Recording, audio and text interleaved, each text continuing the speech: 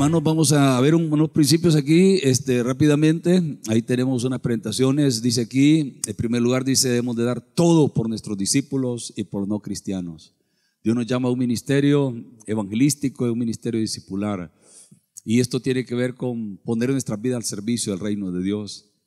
El espíritu del cristianismo es el espíritu del servicio. Si nosotros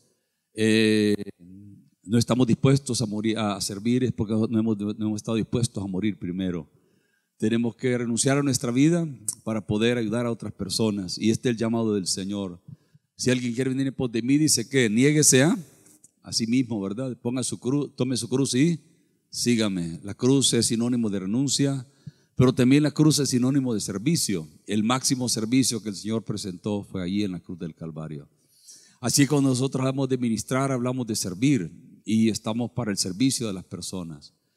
Tenemos que tener una pronta actitud para servir, para ayudar, porque eso es el espíritu de nosotros. Descendamos de nuestra comodidad y paguemos el precio del verdadero avivamiento. Orar con entusiasmo, con gozo, con alegría y dejar que el Espíritu de Dios penetre en nuestros corazones, que transforme nuestras vidas, que toque todo nuestro ser, nuestras emociones, nuestra voluntad, nuestra mente, nuestro corazón, toda nuestra vida.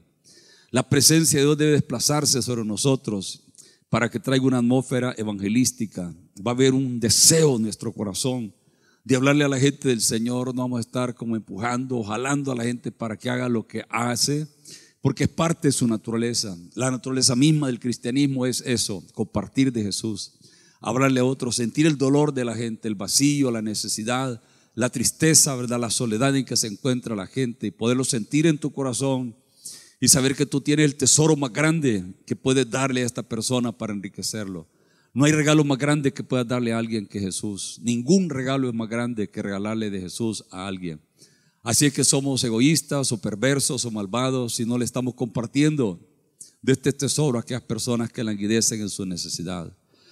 Discipular, traer una atmósfera evangelística, discipular, dice santidad a nuestra iglesia y a través de nosotros a desplazar en todas partes. Una fuerza que ha estado como adormecida en nosotros, pero que ahora tiene que ser despertada. Jóvenes, viejos serán transformados y toda la nación será afectada por el poder del reino de Dios. Dios nos va a liberar de las apariencias de la espiritualidad y traerá corazones, digan, penitentes. Una de las cosas que trae el avivamiento es que trae arrepentimiento. La palabra penitente viene de sentir pena, de sentir dolor, de sentir vergüenza por el pecado que uno ha hecho, que está cometiendo. Y la luz de la presencia de la santidad de Dios nos ilumina, y cuando la presencia resplandece en nuestras vidas, no hay lugar más para el pecado en nuestros corazones. Y esto a veces es difícil, porque hay diferentes capas, ¿verdad?, de nuestras vidas, hasta que el Espíritu de Dios penetre en lo más profundo de nuestras vidas y nos cambia desde adentro, nos transforma desde adentro. Algo que no puede hacer la psicología, los libros, el intelectualismo, los cursos, los seminarios, las escuelas, etcétera, etcétera, la universidad. Pero el Espíritu de Dios puede venir y transformar nuestras vidas. Así que Dios va a liberar las apariencias de espiritualidad y traerá corazones penitentes, arrepentidos, convertidos a la voluntad de Dios. Vamos a sentir esa presencia de Dios que nos va a hacer sentir mal de haber hecho lo incorrecto. No va a haber lugar para la justificación en nosotros. Alguien nos llama la atención, nos enojamos. Alguien nos llama la atención por algo, contraatacamos. Alguien nos llama la atención y nos justificamos y decimos, no, pero es que fíjate que no hay entonces esa actitud de arrepentimiento en nuestras vidas. El avivamiento trae arrepentimiento. Tenemos una historia plagada de grandes avivamientos. Yo me gusta leer libros de grandes avivamientos que han habido. He estado en algunos de ellos en el siglo pasado, ¿verdad? Los últimos que se dieron, donde la presencia de Dios estaba ahí de una manera extraordinaria. Y así muchos avivamientos a nivel de todo el mundo, donde simplemente Dios ha estado ahí en esos lugares, en un tiempo, en una iglesia, y han durado algún tiempo. No han sido mucho tiempo la presencia de Dios en estos lugares. 2 años, 3 años, 4 años, a lo sumo 5 años, pero han sucedido cosas extraordinarias, poderosísimas, poderosísimas. El Espíritu de Dios tocando a la vida de la gente siendo liberada, siendo sanada, teniendo experiencias de liberación de demonios, de fuerzas oscuras, trayendo arrepentimiento, confesión de pecados. Increíble, extraordinario. Y eso fue lo que sucedió en el tiempo de Juan el Bautista. Pero dice la Escritura que detrás de él, cuando le preguntaron ¿quién eres? Soy la voz de uno que clama en el desierto. Eso es clamor, intercesión, mucha oración, mucha búsqueda del Señor. Hoy tuvimos un ayuno aquí, todos los miércoles tenemos ayuno. Y está cada vez más gente viniendo y más milagros que estamos escuchando que están sucediendo. Es una cosa maravillosa venir y clamar al Señor aquí, derramar el corazón delante de la presencia, de venir con ganas de orar, de clamar, de buscar del Señor, de estar un tiempo con Él. Amén, hermano Javier. Javier es uno de los fieles que tenemos aquí en el tiempo de ayuno. Venir aquí con hambre, con deseos de derramar el corazón delante de Dios. Así es que, hermanos, necesitamos dedicar tiempo para orar. No podemos vivir nosotros de la historia. Yo estuve en Pensacola, un gran avivamiento que hubo hará unos 30 años o más, pero una cosa extraordinaria que había allí. La gente corría al altar cuando llamaba el hermano al arrepentimiento, a la conversión, a recibir a Cristo. La gente no alcanzaba a llegar hasta el púlpito, sino que se quedaban ahí llorando. Increíble, increíble. Entraban hombres transvesti y salían masculinos. Una cosa impresionante, impresionante. Padres abrazándose con sus hijos, llorando, pidiéndose perdón, y oraban horas y horas y horas y horas. Los cultos comenzaban a las 7 de la noche, terminaron a la 1 de la madrugada. A mediados del culto nos daban chance para ir al baño, para ir a hacer algunas cosas, y después seguíamos en el culto y nadie sentía la hora, el tiempo, nadie quería irse, todos estábamos ahí. Llegaban periodistas para juzgar y criticar al predicador y lo que pasaba y las locuras que hacían, y salían compartiendo artículos de la gloria de Dios en ese lugar. Increíble, increíble, increíble. Periodistas que perdían sus empleos porque llegaban como espías y salían convertidos, testificando, ¿verdad?, como el apóstol Pablo acerca del poder de Dios. La gente temblaba de la presencia de Dios, lloraba, gritaba la gente, temblaba siendo liberada. Una cosa poderosísima, poderosísima. Estuve también en un avivamiento que hubo ahí en Canadá, en una ciudad de Canadá que no me acuerdo cómo se llama. Cuando termine el mensaje me voy a acordar, no se preocupen. Una cosa impresionante ahí, hermanos. 5,000 personas reuniéndose para alabar a Dios. Unas vigilias donde la gloria de Dios se derramaba hasta el amanecer. El Espíritu de Dios fluía ahí en medio de los hermanos. Y yo veía a la gente que temblaba, la gente hacía cosas raras. Y le digo a un señor que estaba a la par mía, saber, ¿verdad? Le dije, si esto es de Dios. Le dije, ¿qué dice usted, hermano? Le dije, pues juzgue usted. Me dijo que yo soy pastor en México, me dijo, y está viviendo en adulterio y estaba haciendo muchas cosas malas, me dijo, y estaba ya renunciando al ministerio, abandonando la iglesia, y vine aquí, me dijo, como el último escape para mi vida, me dijo, y el Señor me tocó, me transformó, me dijo, y pasé 15 días llorando en este lugar, me dijo, arrepentido, y regresé, me dice, y ahora la iglesia se me ha hecho como de 2,000 miembros en México, me dijo. El poder del Espíritu Santo, he traído jóvenes aquí, me dijo, para que la presencia del Señor los llene. Ya no le pregunté más al hombre, ya dije, pues aquí está Dios. ¿Cuántos dicen amén? Hermano, necesitamos esa presencia de Dios. ¿Qué pasó en el día de Pentecostés?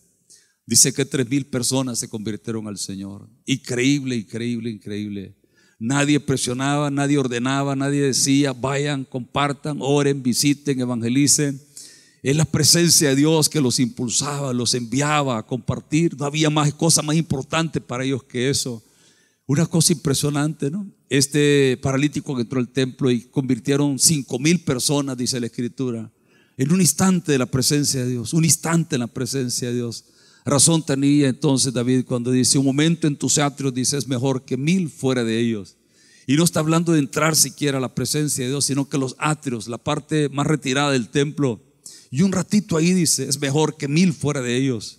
Lo que Dios puede hacer, nadie lo puede hacer, hermano. Lo que Dios puede hacer, nadie lo puede hacer. Necesitamos buscar de Dios y ver la gloria de Dios, ponernos en las manos del Señor y decirle, Señor, aquí está mi vida, Señor, haz conmigo lo que tú quieras. Quiero servir, Señor, en tu obra. Quiero escuchar tu voz, Señor. Quiero ser guiado por ti. Que su presencia fluya en nuestras vidas. Necesitamos no vivir de la historia, sino ser protagonistas de la historia, de un nuevo avivamiento que haga que recuerden nuestros hijos, nuestros nietos, y que usted le pueda decir, yo fui parte de ese gran avivamiento, he sido parte de ese gran mover del Espíritu de Dios. Que tengamos nuevas bases en nuestras vidas del poder del Señor. Necesitamos ese mismo mover del Espíritu Santo en nuestro tiempo para tener ese poder que conmocionó al mundo, que transformó a la humanidad y que Dios va a volver a hacerlo en los próximos días. ¿Estamos nosotros teniendo éxito en nuestros esfuerzos evangelísticos? Una pregunta: ¿estamos cosechando nosotros o estamos perdiendo la cosecha? ¿Estamos cosechando los frutos más abundantes en nuestras actividades evangelísticas o simplemente es como agua que se nos va de las manos? ¿Estamos alcanzando nosotros a nuestra familia, vecinos, amigos, compañeros, a los que no conocen del Señor? ¿Sentimos dolor por la gente que no tiene de Jesús en su corazón? Créanme lo que yo oraba por la gente cuando me acordaba de la condición en que se encontraban. Pero esas lágrimas de intercesión han desaparecido de mí. Me he olvidado entonces del sufrimiento, el dolor de las personas. Veía a la gente y sentía el dolor profundo de las personas. Una vez me acuerdo que estaba en Usulután y eran como las 11 de la mañana y le vi el rostro a las personas y le vi el rostro de sufrimiento, dolor, tal vez por el sol, ¿verdad?, tan fuerte que había allí, pero el rostro de todos me parecían que me conmovieron el corazón y simplemente me sentí inundado de un espíritu de intercesión y comencé a llorar y como sentía que iba a comenzar a gritar, salí corriendo y me fui a encerrar como unas 3-4 cuadras a la oficina donde estaba trabajando y me metí a llorar, a gritar, a gritar, a gritar y a pedirle al Señor que salvara a estas personas, que se convirtieran a Dios, que Dios lo consolara, porque yo sentía que estas personas sentían lo que yo tenía en el corazón cuando no conocía del Señor: el vacío y la soledad, no tener nada en que apoyarse uno. Yo tenía 17 años cuando mi papá se murió y me quedé solito, sin nadie que velara por mí. Y yo me consideraba emocionalmente un niño y no tenía a quien acudir. Me quedé con mi madrastra para acabar de obtener el mayor grande regalo, ¿verdad? Que tenía grandes conflictos con ella. ¿Y a dónde iba? ¿A quién acudía? ¿Quién por mí? Y fue donde me agarré del Señor y sabía lo que la gente sufría porque yo lo había sufrido. Parece que estamos más preocupados nosotros a veces por lo económico, por lo intelectual, por la buena vida, por la apariencia, por el placer, la apariencia física, cómo me veo, que el hambre que debemos de tener nosotros por Dios y por su poder. La gloria de Dios está con nosotros y Él va a hacer que nuestras vidas sean trascendentes. Nos hemos vuelto muchos de nosotros indiferentes a las personas que no conocen del Señor. No sentimos entonces el deseo, el amor, el gozo de compartir de la palabra del Señor. Esta presencia de Dios, hermanos, debe de llevar a hablarle al mundo acerca de la misericordia del Señor, del poder de Dios. Quiero que vean ustedes ahí en sus Biblias, en San Juan capítulo 7, versículo 37. En el último, dice, gran día de la fiesta, Jesús se puso en pie, dice, y alzó su voz y dijo: si alguno tiene sed, venga a mí y beba. Este versículo es un versículo poderoso, hermanos, poderoso. ¿Saben qué es lo que hacían?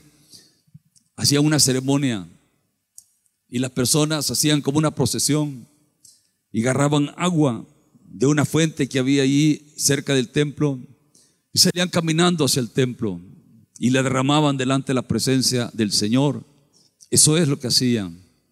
Vino Jesús y se paró a la par del altar.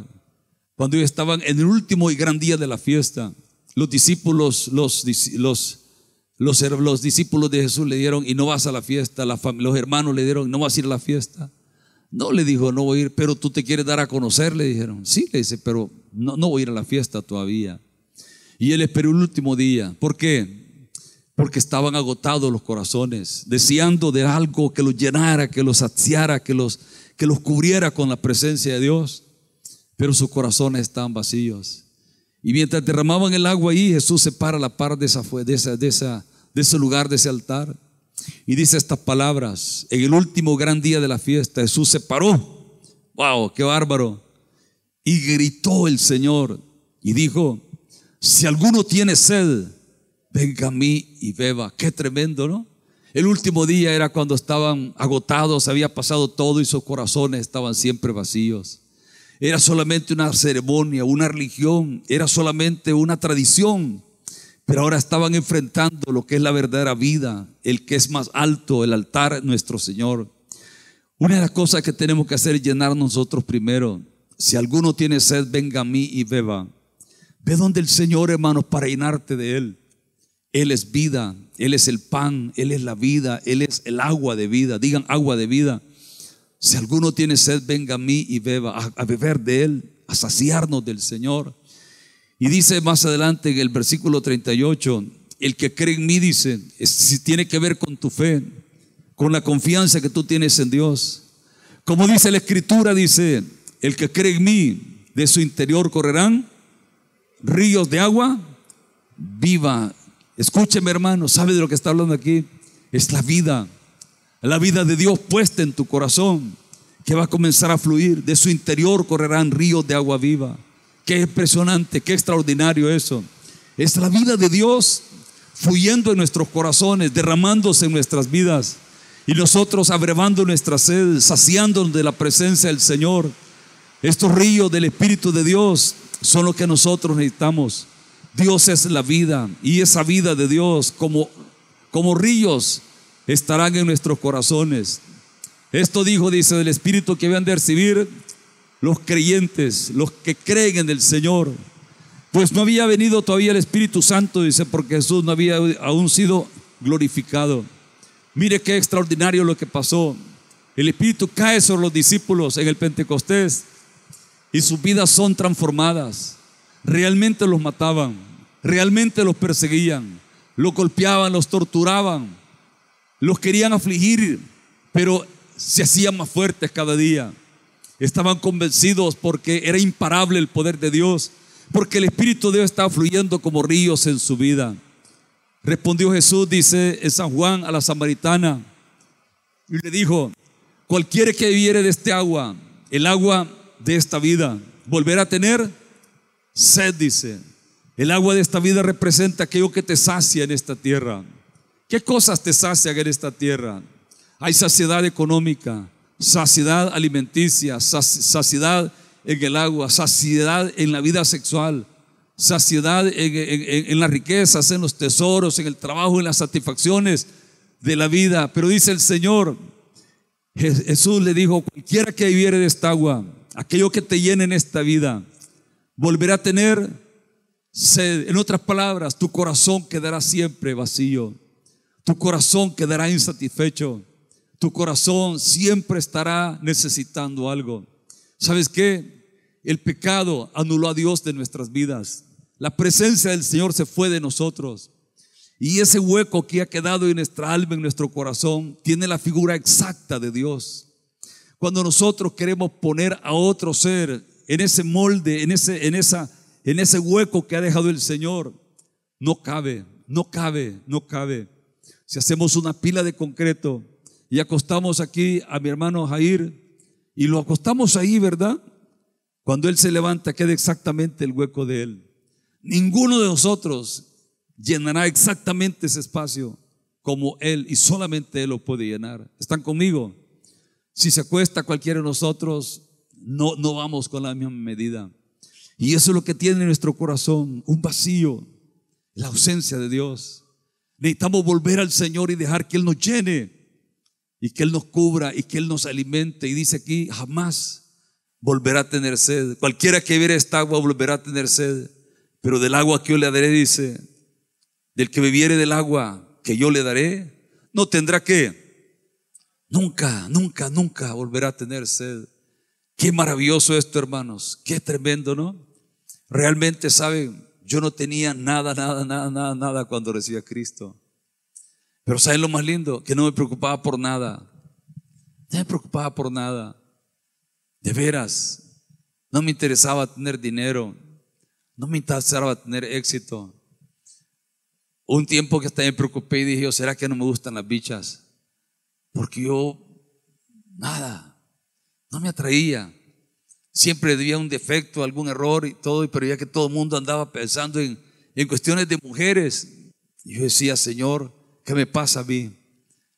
Hermanos, tenemos nosotros entonces una necesidad grande en nuestras vidas. ¿Y sabes qué? Me sentía lleno del Señor, lleno totalmente del Señor. No me importaba mi vida, solo me importaba agradar a Dios. Me agradaba servirle al Señor. sentía un gran entusiasmo. A los 2 meses y medio de ser cristiano, tenía 3 clases dominicales, 3 clases de niños, y uno de ellos estaba más grandecito, y me daba una gran alegría, porque sentía que el más bendecido cuando yo hablaba era yo mismo. Me encantaba hablar del Señor, leer las Escrituras. Pasaba leyendo todo el día de la palabra del Señor.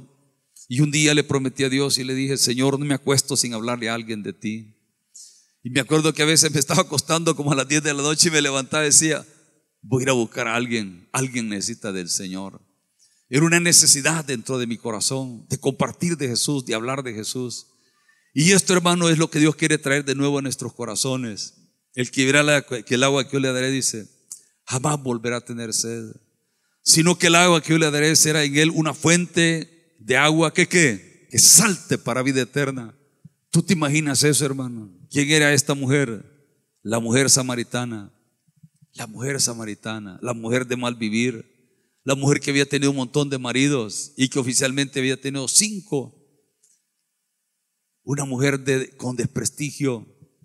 Y de repente se encuentra con el Señor y escucha. Y le dice: de tu interior correrán ríos de agua viva. Y sabes que esa fuente se abrió en la vida de esta mujer. Y le dice a esta mujer: Señor, dame de beber de esa agua. Dame de beber de esa agua. Y el Señor le dice: arreglemos el problema del pecado en tu vida. Dice la Escritura que la mujer dejó el cántaro. ¿Saben que eso es impresionante, dejar el cántaro? Yo me crié en el campo y la gente acarreaba agua en cántaros. Y a veces aparecían locos tirando piedras, porque los de San Miguel tiran piedras, hermano. No me voy a andar fregando porque yo de allá soy. Aunque no estoy loco, pero puedo tirarle unas pedradas a alguien por ahí. Pero ¿sabes qué? Las mujeres salían corriendo, pero nunca dejaban el cántaro. Recuerdo un par de veces que uno de los toros se salió del cerco, se lo saltó y salían corriendo también, pero nunca dejaban el cántaro. Se iban con el cántaro. ¿Sabes qué pasó con esta mujer? Dice que dejó el cántaro. Dejó el cántaro. Dejó el cántaro. Y le dice a los discípulos, dejándolo todo, dice: ¿sabes qué es lo que dice la gente? No tengo tiempo. Tengo otra cosa que hacer. No, hermano. No tienes tiempo para hacer otra cosa, porque estás ocupado en la cosa más importante, en cumplir la misión de tu vida, dejando el cántaro. Esta mujer podría haberse perdido la oportunidad de ir a ganar al pueblo, a todo el pueblo de Samaria. Dice que le fue a hablar a la gente. ¿Y a quiénes le fue a hablar? A los hombres, dice. Exclusivamente dice que fue a hablarle a los hombres. Impresionante que una mujer, la primera evangelista, la primera predicadora, mujer, compartiendo el Señor. ¿A qué hombres crees que fue esta mujer? ¿A cuáles hombres crees que fue? Yo imagino que fue a los hombres con quienes ella se había vivido, a los hombres con quienes ella se había acostado. Y les fue a decir: ¿saben qué? Encontré a alguien que realmente me prestó cariño, alguien que me llenó mi corazón, alguien que no se aprovechó ni abusó de mí, alguien que me respetó, alguien que me estimó, que me apreció. Cambió mi vida, mi corazón. Me siento llena del Señor.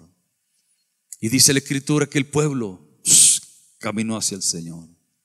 El pueblo caminó al Señor. El pueblo de Samaria se convirtió a Dios, los samaritanos. Y saben que todavía hay una comunidad que históricamente proviene de ese momento, ahí en Samaria. Hay un grupo de cristianos ahí que sus raíces dicen que viene de esta mujer que se convirtió al Señor, que le fue a compartir a los samaritanos. Impresionante, impresionante. ¿Qué vieron los discípulos cuando vieron a la samaritana? Cuando vieron que iba al pozo, chamaca, ¿verdad? Mal vestida. ¿Cómo crees que medinaba las caderas? ¿Cómo crees que la mirada que le echó a los jóvenes apóstoles, discípulos de Jesús? La lascivia profunda que había en su corazón. Increíble, ¿no? Increíble, increíble. no vieron una oportunidad para que se convirtiera al Señor. Jesús vio una oportunidad para que lo conociera. ¿Y sabes qué dice la Escritura? Que esta mujer fue y le compartió. Y esta multitud vino donde Jesús. Y le dijeron: ya no creemos por lo que tú dices, sino que nosotros mismos lo hemos experimentado. Es un hombre extraordinario. Ese pueblo, hermano, fue afectado por esta mujer. Una mujer que en un momento en la presencia de Dios, su vida fue transformada. Necesitamos que la presencia de Dios esté en nosotros. Dice la Escritura que en los hogares la gente caerá, dice, postrada, y dirá: Dios está aquí, Dios está aquí, Dios está aquí. ¿Quieren cerrar los ojos, hermanos?